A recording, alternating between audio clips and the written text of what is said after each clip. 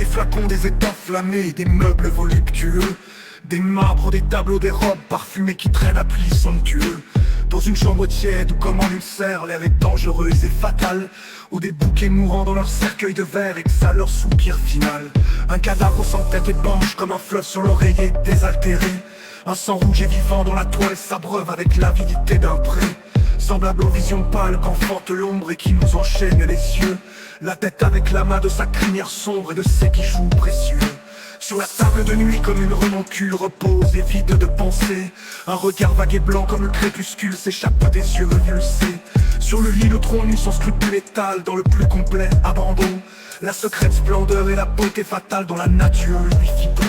Un bar rosâtre orné de coins d'or à la jambe comme un souvenir est resté. La jarretière ainsi qu'un œil secret qui flambe d'un regard diamanté.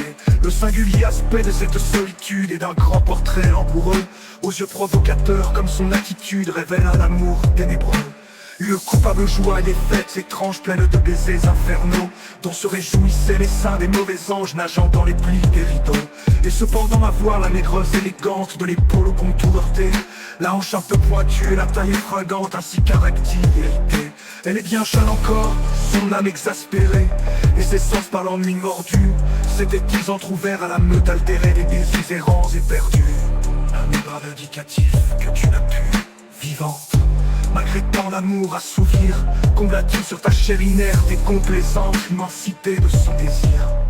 Désir, désir, désir, désir. Sur la table de nuit comme une renoncule repose et vide de pensée.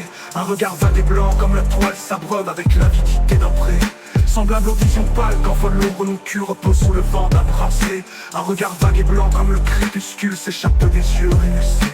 Sur la table de nuit comme une renoncule repose et vide de pensée. Un regard vague et blanc comme le crépuscule s'échappe des yeux révulsés. Sur la table de nuit comme une renoncule repose et vide de pensée. Un regard vague et blanc comme le crépuscule s'échappe des yeux révulsés. Sur la table de nuit comme une renoncule repose et vide de pensée. Un regard vague et blanc comme le crépuscule s'échappe des yeux révulsés. Sur le lit le tronc nu sans scrupule étale dans le plus complet abandon. La secrète splendeur et la beauté fatale dont la nature lui fit don. Un bar rosâtre orné de coins d'or à la jambe comme un souvenir est resté. La jarretière ainsi qu'un œil secret qui flambe d'un regard diamanté. Le singulier aspect de cette solitude et d'un grand portrait langoureux, aux yeux provocateurs comme son attitude révèle un amour ténébreux. Une coupable joie et des fêtes étranges pleines de baisers infernaux, dont se réjouissaient les seins des mauvais anges nageant dans les plis des rideaux. Et cependant à voir la maigreur élégante de l'épaule au contour heurté, la hanche un peu pointue et la taille fringante ainsi qu'un rectile irrité. Elle est bien jeune encore, son âme exaspérée, et ses sens par l'ennui mordu s'étaient-ils entr'ouverts à la meute altérée des désirs errants et perdus. L'homme vindicatif que tu n'as pu, vivante, malgré tant d'amour assouvir, combla-t-il sur ta chair inerte et complaisante avec qui tranquille, et par tes traces roides, te soulevant d'un bras fiévreux. Dis-moi, tête effrayante, a-t-il sur tes dents froides collé les suprêmes adieux?